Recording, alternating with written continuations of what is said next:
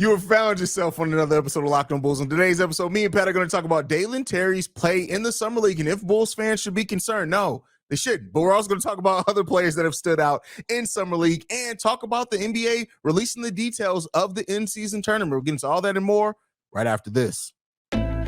You are Locked On Bulls, your daily podcast on the Chicago Bulls, part of the Locked On Podcast Network, your team every day.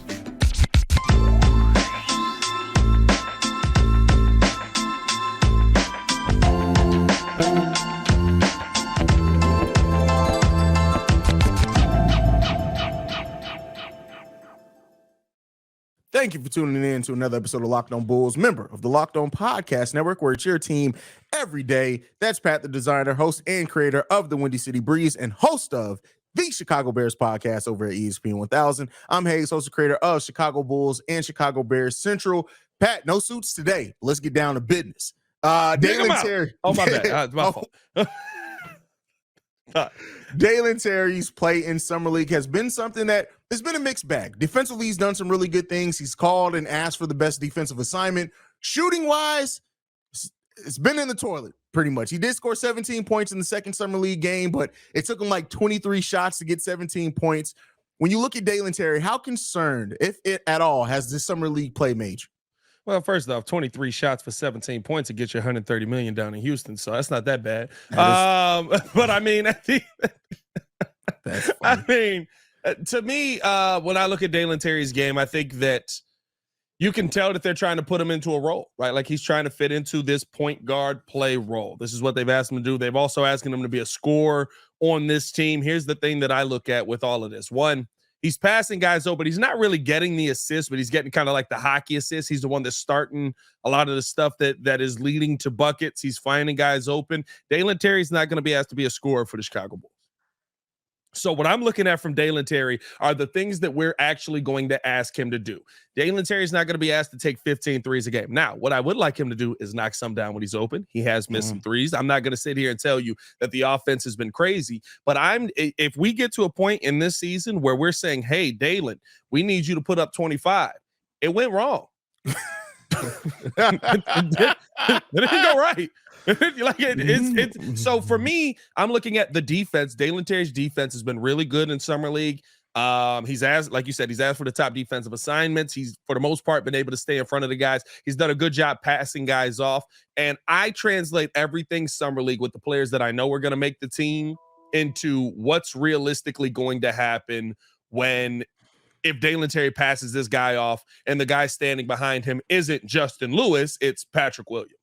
Yeah. Or, if I'm sending him to backline defense and instead of me dropping you down to Adama Sanago, it's Alex Caruso closing down. You know what I mean? Yeah. So I think that Dalen, for the role that the Bulls are going to ask him to play, is doing fine for being the number one guy on the team. He hasn't done well, but he's not going to be our number one.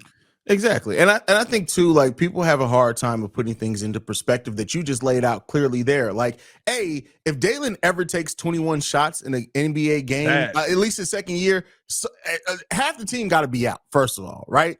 And so also it's a lot easier to be efficient when you're playing off scores like DeMar DeRozan and Zach LaVine than it is to play off a bunch of people that, none of these guys, besides Javon Freeman Liberty and Henry Drell in the first game, and also Jonte Porter, like, these guys aren't scorers, right? So, like, it's a completely different role. And the way that I look at it is that Dalen, if he's going to play minutes next season, it's going to be because of his defense. And when you look at it, multiple steals per game in each game. He had, one block, I think, in the first game, none in the second game. Like, the things that to your point, that he's going to need to do to get minutes on this team, he's done those things really well.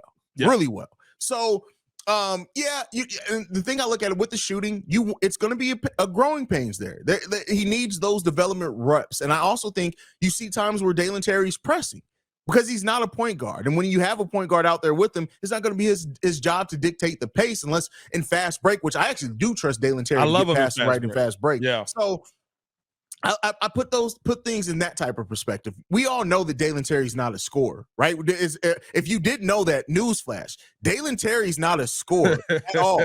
Like at best, at least initially, like could he develop into a scorer? You never know. He's 20 years old. You don't know. But at least initially in the NBA, his job is going to be to take the wide open shots, make most of those shots, dunk on people's head in transitions, or get to the ball to the person who's going to dunk it on players' heads. Those type of things you trust Dalen to do. Now, here's the question I'm going to ask you, though, to put it in perspective. Because it seems like on that wing position, unless they plan on giving Torrey Craig a lot of minutes at the 3 and 4, with Patrick Williamson there too, we're going to still need a backup wing. Do you now maybe the Bulls do pivot as a low-cost option back to Javonte Green, who hasn't really gotten any deals yet? Or are you willing to still bet on, at least to start the season, do you think the Bulls should say, listen, between DeMar playing his 33, 34 minutes a game, we need Dalen to pick up to 8 to 10 minutes a game. Outside of that, are you going to trust Dalen to do that role, or do you think the Bulls may need to look at a veteran to kind of do that? The role we want Dalen to do is what Javonte does. We want Dalen to be defense and knock down a couple of open threes.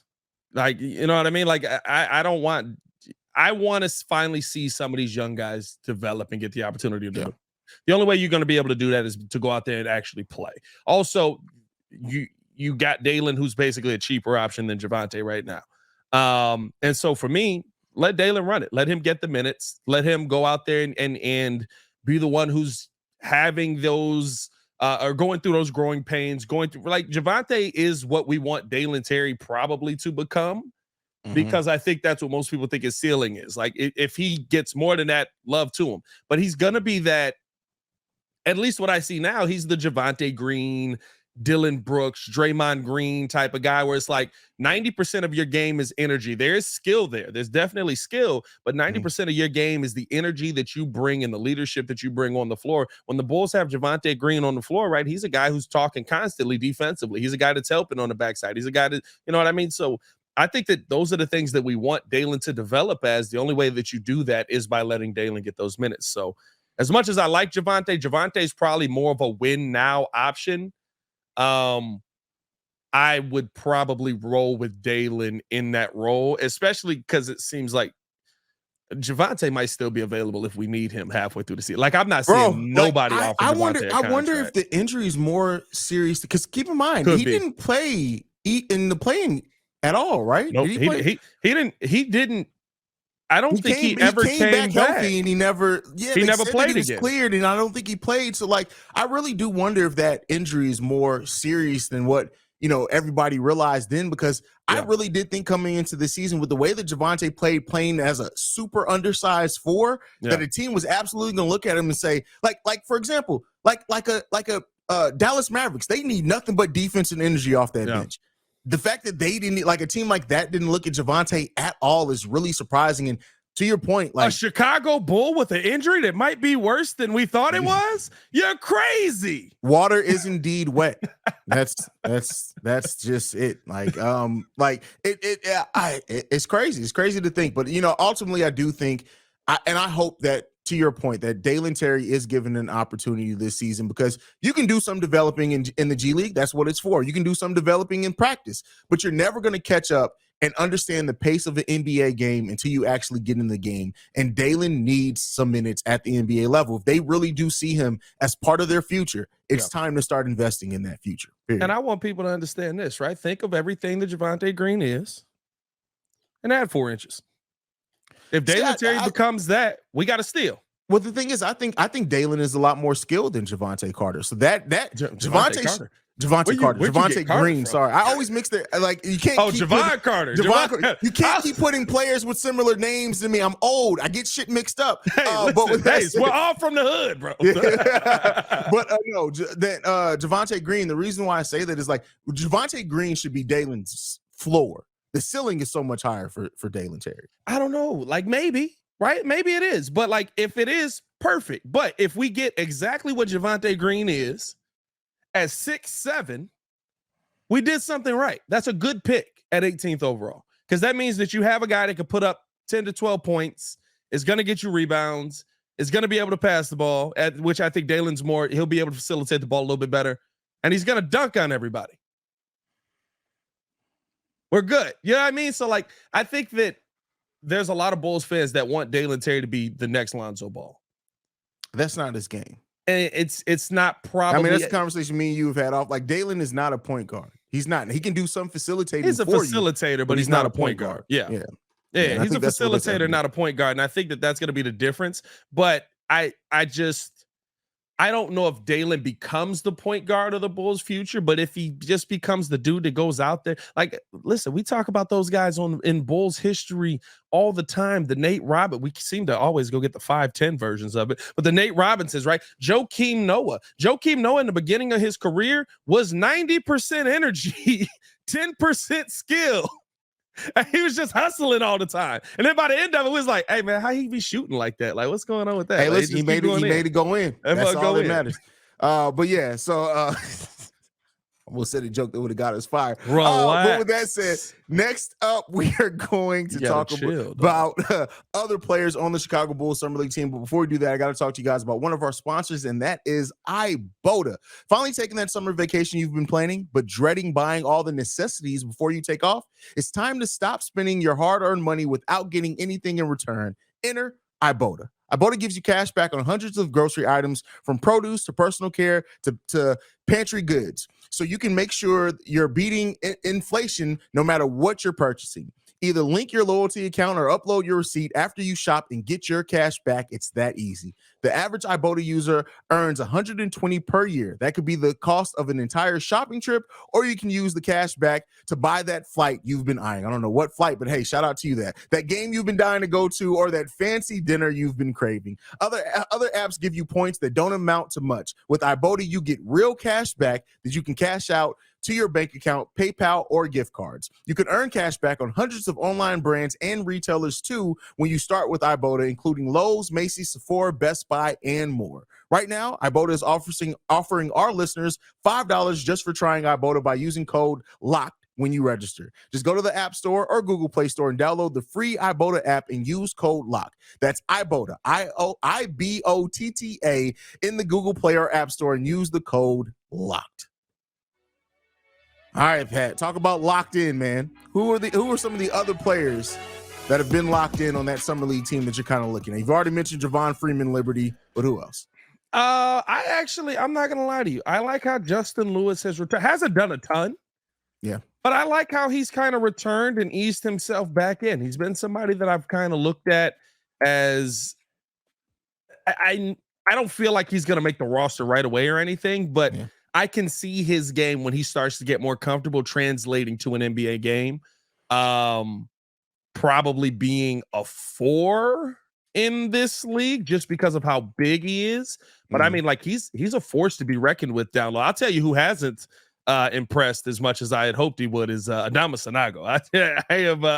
I was wrong. He looked a lot better in the second summer league game. A lot better in the second summer league. That first summer league, bro. The thing that frustrated me about Adama Sanago, the first, like, it wasn't even how long it took him to get that 3-point shot off, because literally I balanced my checkbook. I don't even have a checkbook. I acquired the checkbook and then balanced it before he took the shot. But with that said, it was just how unaware he was. There was a specific play in which the other team scored. Adama Sanago was supposed to inbound the ball. Dalen Terry was literally looking at Adama as Adama kept walking, and he kept looking, and he kept looking. And Javon Freeman Liberty had to come all the way back so that Dalen Terry can inbound the ball. It was like, how are you that unaware, bro? Yeah.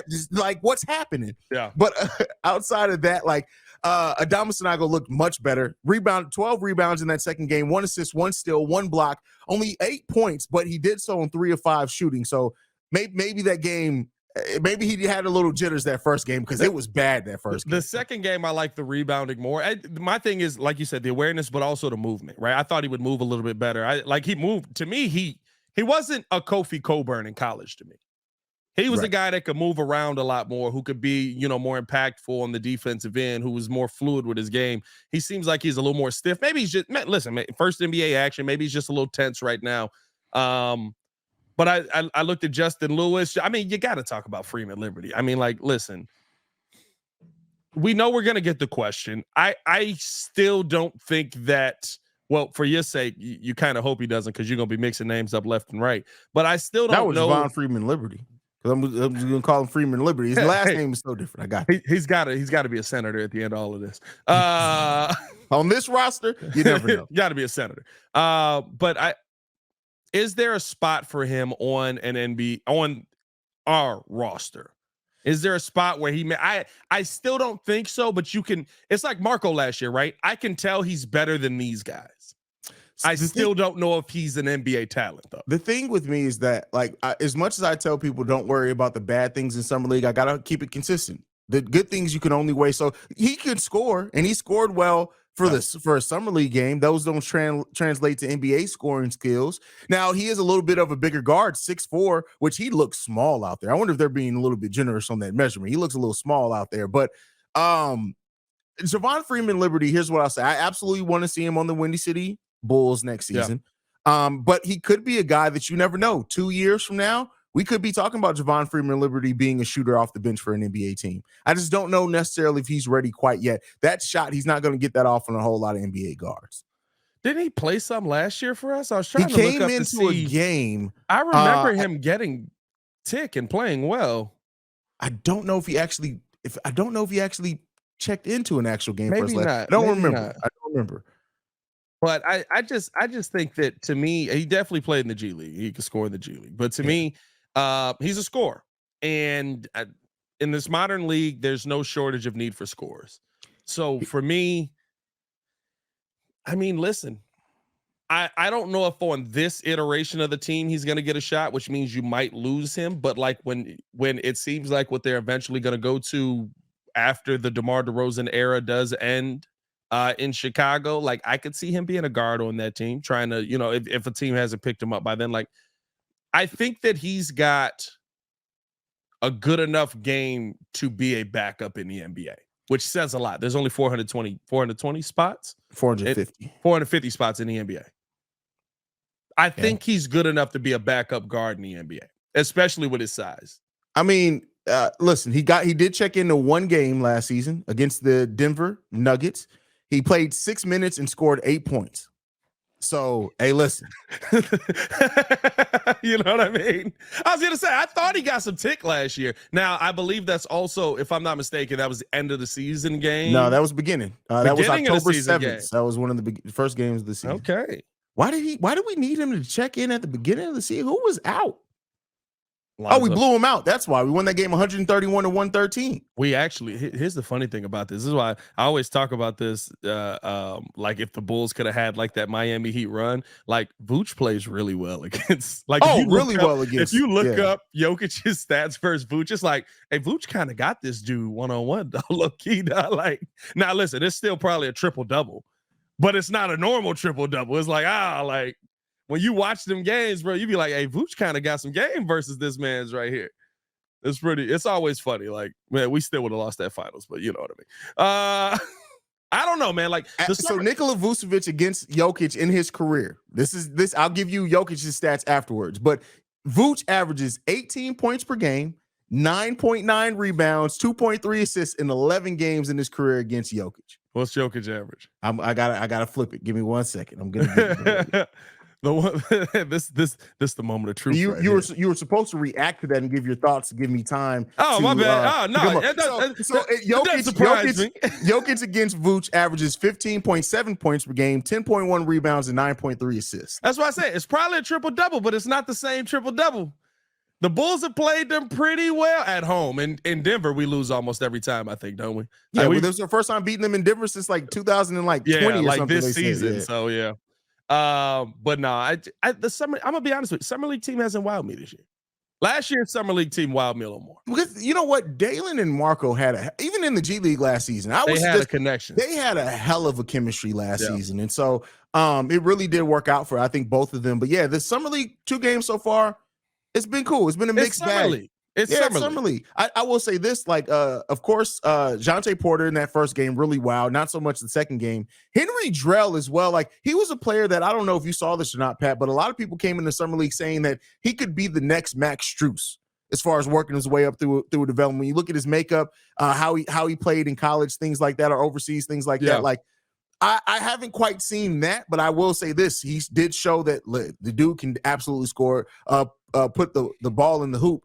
He did so in the Windy City Bulls last season as well. So Henry Drell, nice player as well. Drell's an interesting player to watch. He's a shooter. And like that's the thing. I feel like the Bulls have shooters on this summer league team. It's just, are they going to be able to get those shots off in an NBA game? Are you going to be able to create those same looks that get them wide open? Like there's so much talent in coming into the league now. Like I'm not surprised by, I wouldn't be surprised by any of these guys making the team to fit a specific skill set. By the way, the one thing to take away from that last game is Kenny Lofton Jr. is pretty good. I would love to have him on my team. Yeah, Kenny Lofton Jr. is pretty good. Yeah, I agree with that. I would love to have a Kenny Lofton Jr. on the team, man. Yeah, well, there you go. There you go. I mean, would you rather have Kenny Lofton Jr. or would you rather have Grady Dick on the team? Grady Dick's been, man. He got a little, yeah, I mean, he been okay. His name has been more fun than exactly. Than his actual play. With Taylor Rooks yet? I didn't see the interview with Taylor Rooks, bro. Wait a minute. Yeah, it was a fun interview. Wait a minute. After we get done with Never mind. Don't worry about it. Go watch the interview. But with that said, man, next up we're going to go ahead and break down, the in-season tournament and our thoughts on what that could look like at the NBA next year. Before we get into that, though, just want to remind everyone that Locked On Bulls is free and available on every podcasting app and platform of your choice. It's also available on YouTube and the Odyssey app. But Pat, the in-season tournament, we finally have the details. There's going to be 6 groups, 3 in each conference. It will be East versus West in the finals. The semifinals, the Final Four is going to go down in Vegas in December, actually the weekend of my birthday. Tournament play is going to be on Tuesdays and Thursdays. It is part of the regular 82-game schedule. How you feeling, Pat? How long is it going to take for people to actually start using this? That's the thing. I feel like this is going to be something. This makes the Orlando Magics, the Chicago Bulls, unfortunately, right now, based on what we saw last season, the Oklahoma City Thunders relevant, right? Because now it's a talking point. Now it's something to say, okay, hey, we won the in-season tournament. Now maybe they got a little taste of that playoff atmosphere. Now you got this, boom, boom, boom. You know what I mean? Like, it's going to be something to talk about. It's going to take probably at a minimum. How long has the play-in tournament been going? Since 2020? This was the 3rd or 4th season of the play-in tournament this past season. It's probably going to take that same amount of time before people start caring about the in-season tournament. Year 1, nobody's going to care, just like nobody cared about the play-in. Year 2, people are going to be like, oh, this is actually a little more entertaining than I thought, blah, blah, blah. And because here's the thing at the end of the day that people don't take into account. All of our sports is about winning a piece of shiny metal. Yeah. Which the cup, I don't know if you saw the actual cup. It looks good. It looks good, right? So it's all about winning a piece of shiny metal. You put a piece of shiny metal on anything, you're going to get these players to compete harder. Muzz are like, why would they compete harder for this? Because there's a piece of shiny metal at the end of it, and they're competitors. They're competitive players. They're going to be able to say, we won the first. It's not like this is going away. The in-season tournament is here to stay, right? So there's going to be something said, and there's going to be 30 for 30 documents in 10, 15, 20 years about the first team to win the NBA in-season cup and how they did it. And if it's an underdog, right, it's going to be how unlikely it was for them to win it. Paolo Banchero went off for 50 for the next 5 games. And so and I'll bet you this, because players are fresher, there may come a time where this is viewed as the more competitive cup, because by the playoffs, everybody's dead. In the middle of the season, this thing starts in November, right? Yeah, I mean, and then the tournament's in with December. That, but this may be maybe what ramps up the season, because people, you still got to give. Seasons don't always start off on the best footing, but I like where they have it, because that's usually where teams start melding around that area. So new teams that have come together, but I still look at this right now, I'm not overly excited about it. Like you said, it's going to take a couple. I wasn't excited about the play-in. I think last year was the first year with those playing games that I was really like, hey, man, these games are just some fun games. They made that something. I had to give them credit on that. I was like, I don't like it, but they've already also said that the tournament stats do count towards regular season stats, because that's one thing that me and you talked about last year. How play-in stats don't count towards anything. Yeah, but not the finals though. Yeah, not the finals. Finals numbers don't. Yeah. I'm like, what? I don't know. So. But here's what I'll ask you, right? When does this become the thing that people start to bring up as right for the players who, unfortunately, it does happen. We live in Chicago, we know it, whose careers don't pan out the way they go, right? Like if we had Lonzo Ball when this tournament breaks out 2 years ago, we win this tournament. Yeah. Like when does that start to come into play where y'all saw how we was running y'all in the tournament? Yeah, we done had y'all in the championship too. You know what I'm saying? Like I think that may really become a thing because usually players are going to be fresher, players are going to be healthier, players are going to be more, prepared for the season. But like I said, by the end of the season, you're tired, you're dead, you've had a bunch of back-to-backs, you're sitting there now with load management. But this is also going to kill load management. So if you want to be a MVP, you got to play player who doesn't 65. practice load management, Zion Williamson. Woo! Zion Williamson and porn star. Jeez, I mean, somebody's managing it. Oh man, that is funny. I don't know, bro. Like I get what you're saying. I guess I gotta see it. It kind of just is what it is to me, bro. And maybe it's because I haven't actually seen the play, how the players are gonna react during it. But like the thing is, it's like, I mean, will that become a bragging rights thing? Like, yeah, man, we won the tournament 2 years in a row. Yeah, but you got bounced out the first round of the playoffs every year after that. Well, I think they're gonna have to change what the incentives are too. I said that in the beginning. I was like, you're trying to do it like soccer or football, but you're not, right? Because if I win a midseason tournament in football, I have a guaranteed spot in this playoff to a certain point. They're never going to change that. I don't think they're ever going to change that, bro. Well, it's even like that in FIBA. If I win this tournament in FIBA, like if you're going to have this change and make the game. But all it's going to take is one team that won 39 games and the team that actually won the tournament ends up winning 32 and they're out the playoffs. All it's going to take is one marquee team to do that, and they're going to be like, yeah, no. I get what you're saying. I'm not saying that it doesn't add something to the tournament. I would love to see that. I just don't know if the NBA risks tipping the balance that much for a midseason playing tournament. Tournament. But what's the point of the tournament? That's what I keep telling us, right? It's to make the regular season more exciting because players just don't care. Nobody cares about the regular season. Hey, we don't care about the regular season until basically like game 35. Mm-hmm. That means we got 50 games that we realistically care. Like the NBA doesn't want that. So to me, right, like that incentivizes your regular season even more because now say we're the Lakers and we feel like we have a good chance at the playoffs this year and we lose Anthony Davis to his 17th ankle injury. Now all of a sudden we're going to win 35, 40 games, but we're not going to make the playoffs. But now if I win this, we make the playoffs. You know what I mean? So to me, it incentivizes the regular season even more. And maybe even it's right. Like you got to have a threshold, right? If you win this and you win 38 games or whatever it is, you get to do it. Like here's the thing. It all sounds stupid to us because it's not how American sports are run. See, well, no, I understand that. The validity in what you're presenting is there. Let me be clear that I just don't see the NBA risking tipping the balance that much. That's what your logic is 100% sound. Yeah. So I just don't know, bro. I don't know. How do you feel about it? Do you like it? Are you like, you're just like, it's just right now I'm just kind of it just is what it is. Like, don't get me wrong, I'm gonna be there. The Final Four gives us more content to talk about, especially because, hey, for those that don't know, had this tournament been a thing last year, the Bulls would have been the 1 seed in the tournament in the East. So each year the groups are going to change as well. So I mean, it gives you a little bit extra bragging rights in that case, but still most of the games are counted towards the 82 game season anyway. So we would have played those teams in anyway. So it's like, I don't know, bro.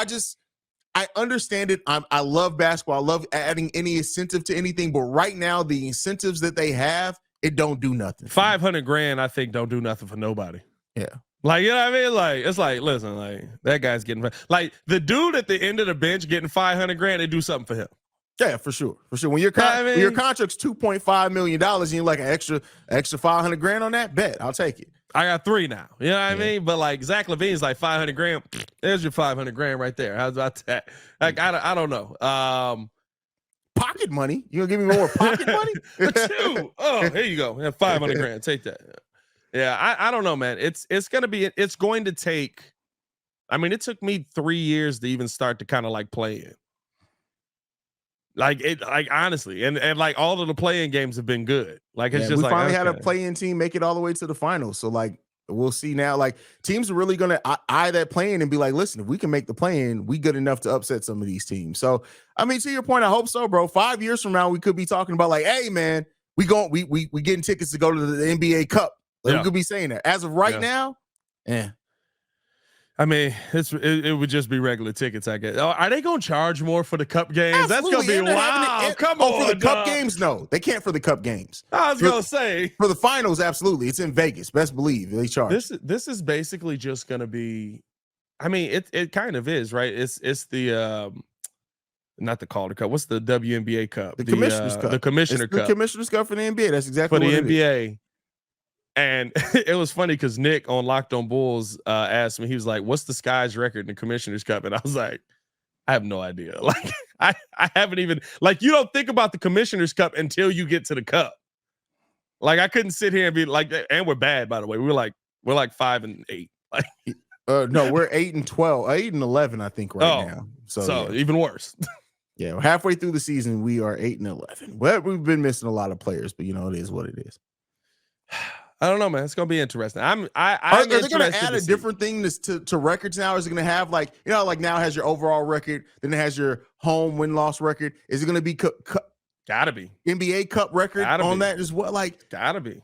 I don't know. Shout out to that, bro. Like it's gonna be such a drastic change for us silly Americans.